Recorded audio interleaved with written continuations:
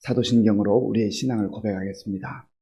나는 전능하신 아버지 하나님, 천지 창조주를 믿습니다. 나는 그의 유일하신 아들, 우리 주 예수 그리스도를 믿습니다. 그는 성령으로 잉태되어 동정녀 마리아에게서 나시고 본디오 빌라도에게 고난을 받아 십자가에 못 박혀 죽으시고 장사된 지 사흘 만에 죽은 자 가운데서 다시 살아나셨으며 하늘에 오르시어 전능하신 아버지 하나님 우편에 앉아 계시다가 거기로부터 살아있는 자와 죽은 자를 심판하러 오십니다. 나는 성령을 믿으며 거룩한 공교회와 성도의 교제와 죄를 용서받는 것과 몸의 부활과 영생을 믿습니다. 아멘. 하나님께서 오늘 우리에게 주시는 말씀은 시편 15편 말씀입니다. 구약 성경 811쪽 시편 15편 말씀을 교독하겠습니다. 여호와여, 주의 장막에 머물 자 누구 오며 주의 성산에 사는 자 누구 오니이까? 정직하게 행하며 공의를 실천하며 그의 마음에 진실을 말하며 그의 혀로 남을 허물하지 아니하고 그의 이웃에게 악을 행하지 아니하며 그의 이웃을 비방하지 아니하며 그의 눈은 망령된 자를 멸시하며 여호와를 두려워하는 자들을 존대하며 그의 마음에 서원한 것은 해로울지라도 변하지 아니하며 이자를 받으려고 돈을 꾸어 주지 아니하며 뇌물을 받고 무죄한 자를 해하지 아니하는 자이니 이런 일을 행하는 자는 영원히 흔들리지 아니하리로다. 아멘. 오늘 시편 15편도 다윗의 시입니다. 다윗의 삶의 특징은 늘 하나님 면전에서 살아갔던 사람이고 또 무엇보다도 하나님을 예배하는 예배자였습니다. 하나님을 예배하는 것을 굉장히 기뻐하고 즐거워했습니다. 하나님 앞에 나아갈 수 있다고 하는 그 자체를 얼마나 영광스럽게 생각했는지 모릅니다. 우리 그리스도인들의 신앙생활을 영적으로 건강한가, 이거를 한번 확인하는 방법 중에 하나가 내가 예배를 즐거워하는가, 내가 예배를 사모하는가 하는 문제입니다.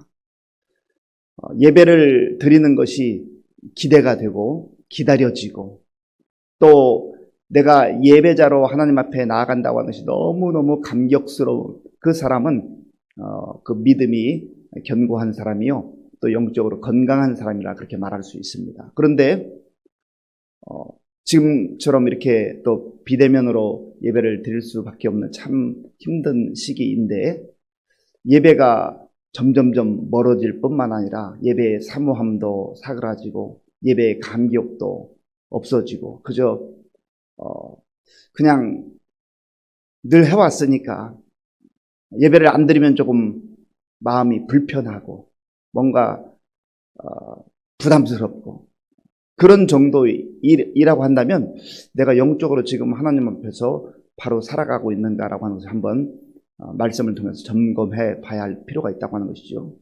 우리 2년마다 국민건강보험공단에서 이렇게 우리 국민들을 대상으로 건강 검진 하지 않습니까?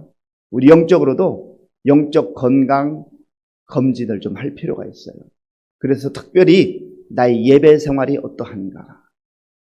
물론 우리가 예배당에 모여서 예배를 드릴 수 있으면 얼마나 좋겠습니까만은 그러나 그 공적인 우리 모임 이렇게 함께 모여서 드리는 예배가 아니라 할지라도 또 그렇게 예배를 드릴 수 있는 상황이라 할지라도 우리가 개인적으로 하나님 앞에 또 날마다 나아가서 하나님을 예배하는 자로 살아가는 것이 너무나 중요하다고 하는 말입니다. 그래서 정말 이 다윗이 늘 하나님 앞에서 살아갔을 뿐만 아니라 예배하는 자로 살아갔다. 오늘 본문 1절 우리 한번 같이 읽겠습니다. 여호와여, 주의 장막에 머무를 자 누구 오며 주의 성산에 사는 자 누구 오니이까? 아멘. 여호와여, 주의 장막에 머무를 자 누구입니까? 주의 성산에 사는 자가 누구입니까? 여기서 주의 장막, 주의 성산이라고 하는 것은 하나님 앞에 예배드리는 그 장소를 말하기도 하고 또 하나님 면전에 나아가서 살아가는 그 삶을 말하기도 합니다. 그러니까 하나님 앞에 누가 나아갈 수가 있습니까? 하나님 앞에 누가 설 수가 있습니까? 예배자로 나아가서 정말 하나님 앞에 살아가는 이 삶의 모습, 그것을 다윗은 노래하고 있는 것이죠. 그러면 그 이후에 2절 이후에 쭉 말하는 내용, 다윗이 고백하는 그 내용은요, 이러한 완전한 것처럼 보이는 이러한 사람들만이 하나님 앞에 나올 수 있는 거 아니겠습니까? 라고 하는 그런 표현이 아닙니다. 하나님 앞에 나올 수 있는 사람은 내가 하나님 앞에서 죄인임을 깨닫고 하나님의 사랑과 은혜를 내가 받은 영광스러운 존재다. 하나님의 자녀가 되었다. 하나님의 백성이 되었다. 하나님만이 나의 주인이시다라고 하는 그런 고백을 하는 사람이죠.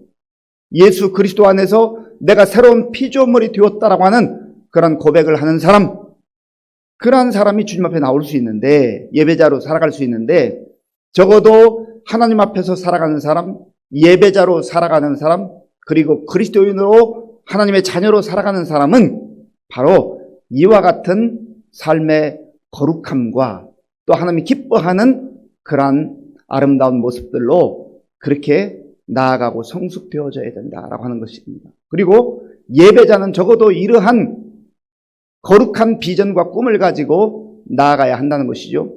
자, 오늘 보면 2절 말씀, 2절 3절을 같이 읽겠습니다. 정직하게 행하며 공의를 실천하며 그의 마음에 진실을 말하며 그의 혀로 남을 허물하지 아니하고 그의 이웃에게 악을 행하지 아니하며 그의 이웃을 비방하지 아니하며. 아멘. 여기 먼저 세 가지는 적극적 측면에서 하나님의 자녀들이, 그리스도인들이, 예배자들이 살아가야 될 삶의 모습, 그리고 하나님께서 우리에게 원하시는 삶의 모습이 나타나 있는 것이죠. 먼저는 정직하게 행하며.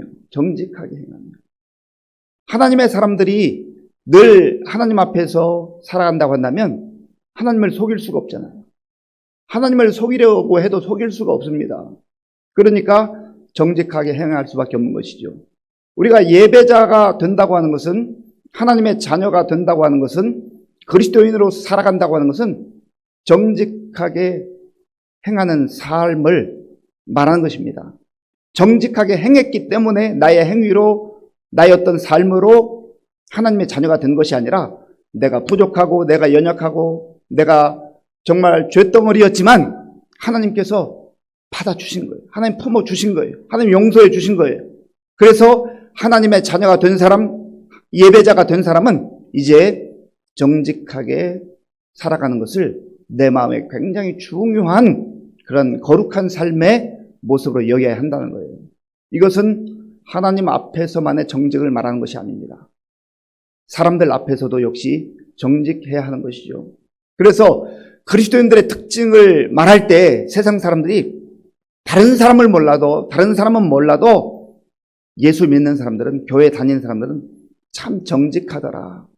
이것이 마치 그리스도인들의 트레이드 마크처럼 돼야 되는데 요즘에는 예수 믿는 사람들이 더해, 교회 다니는 사람이 더해, 그런 얘기를 들으면서 그게 아니라고 우리가 항변하기가 쉽지가 않습니다.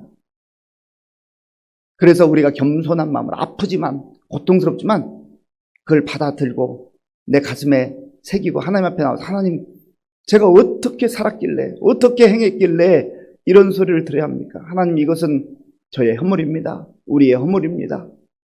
교회의 허물입니다. 우리가 잘못했습니다. 그렇게 고백을 해야 되는 것이죠. 그리고 두 번째로는 공의를 실천하며.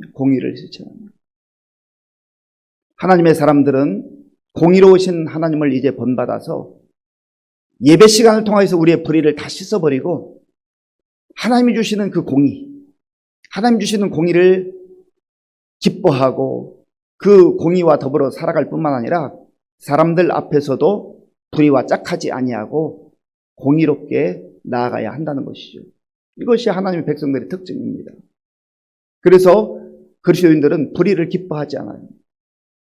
고린도전서 13장에 보면, 사랑장에 보면 사랑도 불의를 기뻐하지 않아요. 불의를 기뻐하지 않습니다. 하나님의 사랑을 받은 사람은 있던 불의들을 하나씩 하나씩 씻어내는 거죠. 그거를 떨쳐내는 거죠. 주의 보혈로 씻어내는 거예요. 그리고 점점점 예배 드릴 때마다, 예배를 드림으로 하나님 앞에 나아갈 때마다, 가까이 갈 때마다 불의한 모습들을 하나씩 하나씩 떼어내는 거예요. 이것을 말하는 것이죠. 또한 그의 마음에 진실을 말하네요. 진실을 말하네요. 거짓이 판치는 이 세상 속에서 우리가 예배자로 살아간다는 것은, 그리스도인으로 살아간다고 하는 것은 거짓을 떨쳐버리고 진실을 말합니다. 진실. 내 이익을 위해서 쉽게 거짓말하고, 어떤 위기를 모면하기 위해서 쉽게 거짓말을 하고, 이것이 그리스도인들에게, 하나님의 자녀들에게, 예배자에게 어울리지 않는다는 거죠. 적극적인 의미에서 이 세 가지를 이제 다윗이 고백을 하고 있고요. 조금은 소극적이라고 표현하는 것이 얼만큼 적절할지 모르겠지만 또 세 가지의 모습을 우리가 보게 되는데요. 하나는 3절에 그의 혀로 남을 허물하지 아니하며, 우리 그리스도인들의 언어 생활이 있죠. 예배하는 사람들이 어떻게 말해야 할 것인가, 언어 생활을 말해요. 사람은 말을 참 잘해야 합니다. 우리 한국말 다 잘하지만, 그러나 말이라고 다 말입니까? 말 중에서도 정말 다른 사람을 위로하고 격려하고 들으면 은혜가 되는 그런 말들이 있어요. 힘이 나는 말이 있어요. 그런데 어떤 사람들은 말만 하면은 늘 부정적인 말을 할 뿐만 아니라 특히 여러 가지 말들 중에서도 다른 사람을 험담하고 그저 다른 사람 얘기하고, 그것도 좋은 얘기하는 것, 칭찬하는 것, 다른 사람 얘기를 한다 할지라도 그런 얘기를 하면 얼마나 좋겠습니까? 그래서 예전에 우리 한국 교회에 금요일에 많은 경우에 구역회 모임이 있었습니다. 그래서 구역장들이 모이기도 하고 혹은 구역원 식구들이 이렇게 함께 모여서 예배를 드리던 그런 시절들이 있었습니다. 그때는 특별히 우리 여성들이 일하는 그런 퍼센트가 좀 낮았던 그런 때이지요.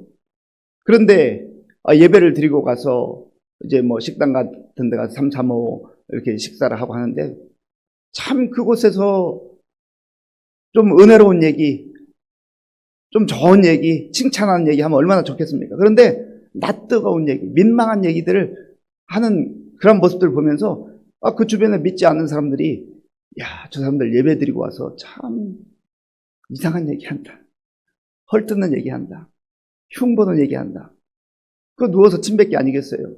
그러면 그 주변에 있는 사람들이 교회 다니면 다 저렇게 이상하게 되나 보다, 그렇게 생각하지 않겠습니까?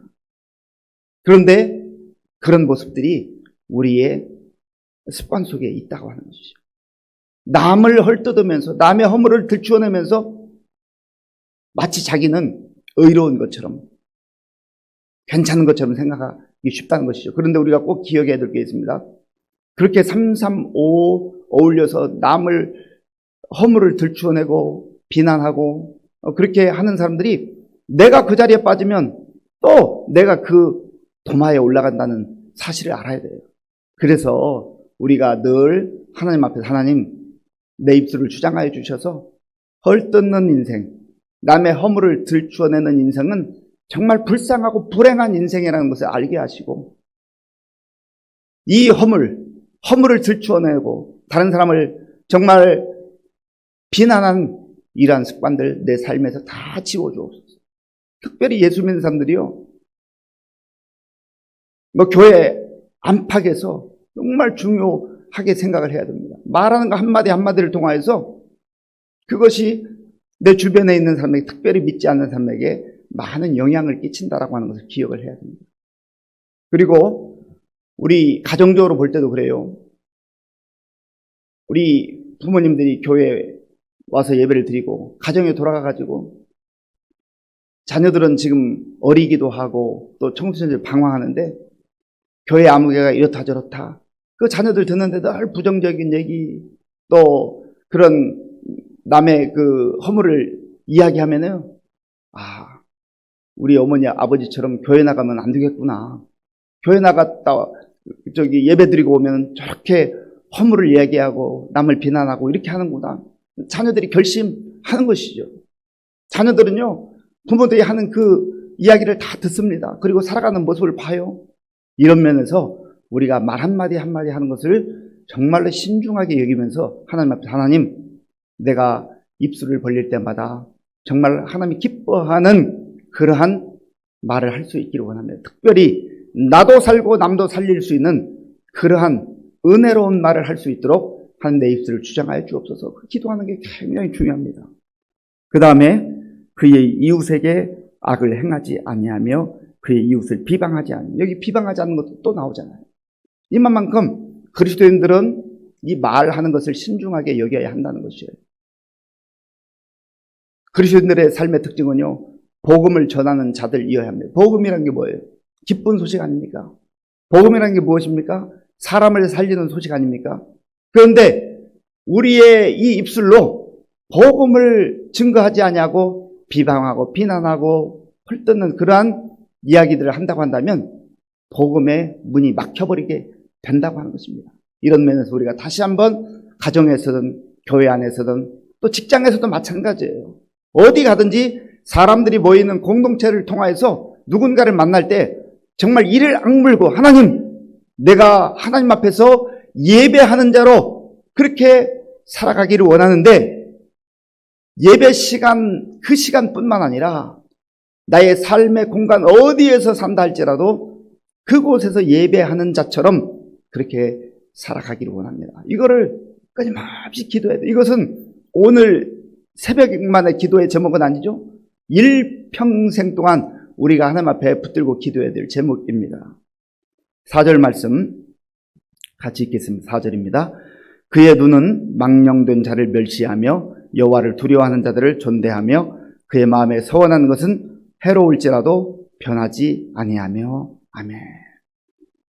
여호와를 두려워하는 자들을 존대하며, 정말 하나님을 경외하며 살아가는 그 사람을 존중하고 부러워하고 그렇게 살아간다는 것이죠.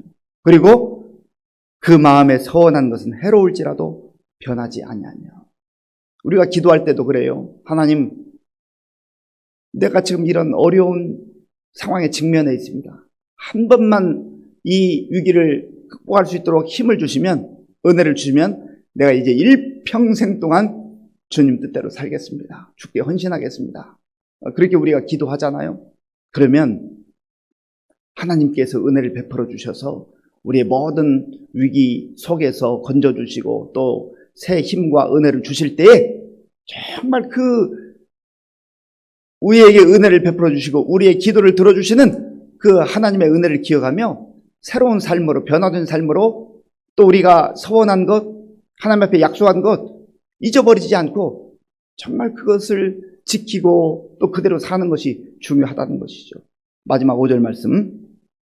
이자를 받으려고 돈을 꾸어주지 아니하며 뇌물을 받고 무죄한 자를 해하지 아니하는 자이니 이런 일을 행하는 자는 영원히 흔들리지 아니하리로다. 아멘. 이자, 뇌물 이런 부분은 돈과 관련된 부분인데요. 뇌물은 내 어떤 얻고자 하는 것을 취하기 위해서 돈을 써서라도 불의한 방법으로 그렇게 하는 일을 하지 않는 것. 그리고 또 뇌물을 받는 것 즐겨 하지 않는 것. 이거 불의와 짝하지 않는 것이죠. 그 다음에 특별히 구약시대에는 자기 동족들에게, 어려운 사람들에게 그 이익을 취하기 위해서 이자를 받고 돈을 꿔주지 마라, 그렇게 말씀을 하셨습니다.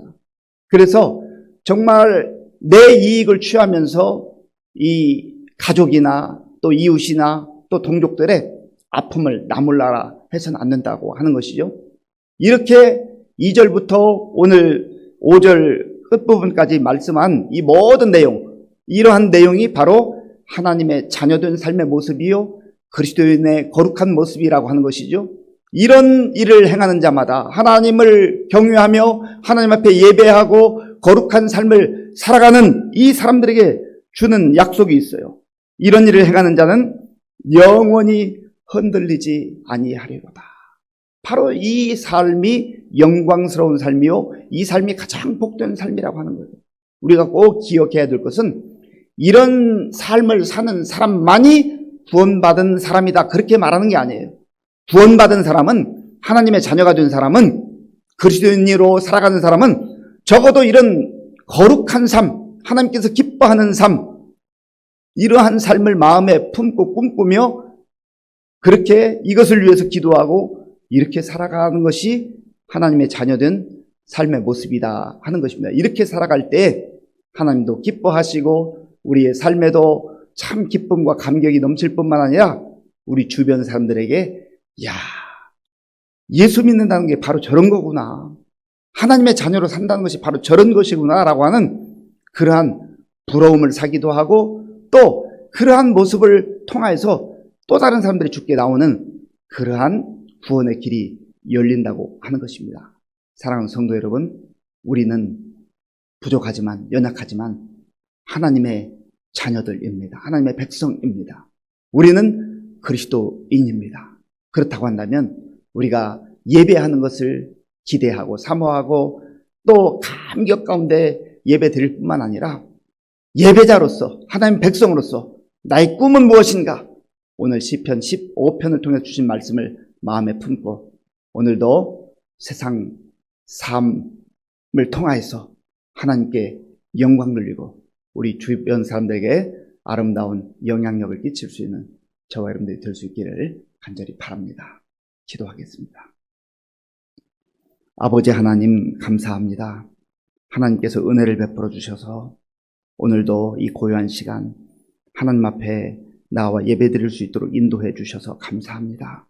하나님, 예배를 드릴 수 있음이 우리에게 얼마나 큰 영광인가를 다시 한번 알게 하시고 하나님 앞에서 예배 드리는 것을 또 기다리며 사모하며 기뻐하며 감격 가운데 늘 하나님 앞에 나아갈 수 있도록 우리를 붙들어 주시옵소서. 또 하나님 아버지, 우리가 구원받은 백성으로 하나님의 자녀로서 이 세상 속에서 어디에 있든지 거룩한 삶을 살아갈 수 있도록 하나님 도와 주시옵소서. 예수님의 이름으로 기도하옵나이다. 아멘. 주기도문으로 예배를 마치겠습니다. 하늘에 계신 우리 아버지, 아버지의 이름을 거룩하게 하시며 아버지의 나라가 오게 하시며 아버지의 뜻이 하늘에서와 같이 땅에서도 이루어지게 하소서. 오늘 우리에게 일용할 양식을 주시고 우리가 우리에게 잘못한 사람을 용서하여 준 것과 같이 우리 죄를 용서하여 주시고 우리를 시험에 빠지지 않게 하시고 악에서 구하소서. 나라와 권능과 영광이 영원히 아버지의 것입니다. 아멘. 이 시간 우리에게 주신 말씀을 생각하며 기도할 때 하나님, 정말로 그렇습니다. 나의 영적 정체성은 하나님의 자녀입니다. 하나님의 백성입니다. 그리스도인입니다. 하나님, 내가 하나님의 자녀답게, 하나님의 백성답게 큰 뜻을 품고 살게 하시고 거룩을 내 마음에 사모하며 살게 해달라 기도하실 때 특별히 하나님 앞에서 정직하게 행하며 진실되게 말하며 특별히 남의 허물을 들추어내는 자들, 또 남을 정죄하고 비난하는 그런 언어 습관에서 우리가 벗어나서 정말로 은혜로운 말, 또 다른 사람을 세워주는 말, 복음을 증거하는 그런 입술이 되게 해달라고 기도하시고요. 하나님께서 주신 이 거룩한 삶을 위해서 기도해 주시기 바랍니다. 또한 나라와 민족을 위해서 기도하시고 코로나19 극복을 위해서, 그리고 우리 교회와 성도님들을 위해서 기도할 때 우리 어르신들 영육간에 강건할 수 있도록, 그리고 이번 주에 이제 아동부 여름 성경학교 줌으로 진행되는데 우리 아동부 여름 성경학교를 위해서 기도하시고 청년부 또 청소년부 유치부를 위해서도 기도해 주시기 바랍니다. 다 함께 기도하겠습니다. 아버지 하나님, 감사합니다. 하나님께서 은혜를 베풀어 주셔서 오늘도 우리에게 새로운 날, 복된 날을 허락해 주셔서 감사합니다. 하나님, 우리가 하나님 앞에 오늘도 예배드릴 수 있다는 것이 얼마나 감사하고 감격스러운지 알 수가 없습니다. 하나님 아버지, 우리를 하나님의 자녀로 삼아주시고 하나님의 백성으로 인쳐주셔서 이제 이 땅에 살아가나 영혼을 바라보게 하시고 영혼을 꿈꾸게 하시고 하나님 나라를 소망하며 살게 하신 것을 감사합니다. 하나님 아버지여, 우리가 하나님의 자녀됨의 정체성을 늘 기억하게 하시고 하나님 앞에 나아가 하나님을 영화롭게 하며 하나님께 예배드리며 또한 아버지 우리의 삶의 현장에 나아가서도 하나님의 자녀들로 하나님의 백성들로 담대하게 당당하게 살고 선하게 사는 우리 모두가 되게 하여 주시옵소서. 우리의 삶을 통해서 거룩이 나타나게 하시고 주의 영광이 나타날 수 있도록 하나님 도와주시옵소서. 하나님 아버지 우리가 예배드린 이후에 우리의 삶이 새로워지고 달라지기 원합니다. 하나님 도와주시옵소서. 우리의 마음도 달라지게 하시고 우리의 생각도 달라지게 하시고 우리의 언어 습관도 달라질 수 있도록 주님 도와주시옵소서. 특별히 우리의 믿음을 주장하여 주셔서 오늘 하나님 아버지여 하나님 앞에 사람들 앞에서 정말 우리의 말 한마디 한마디가 하나님께 영광 되게 하시고 또 우리 주변 사람들에게 위로와 격려와 희망이 되며 무엇보다도 생명의 말씀 복음을 전하는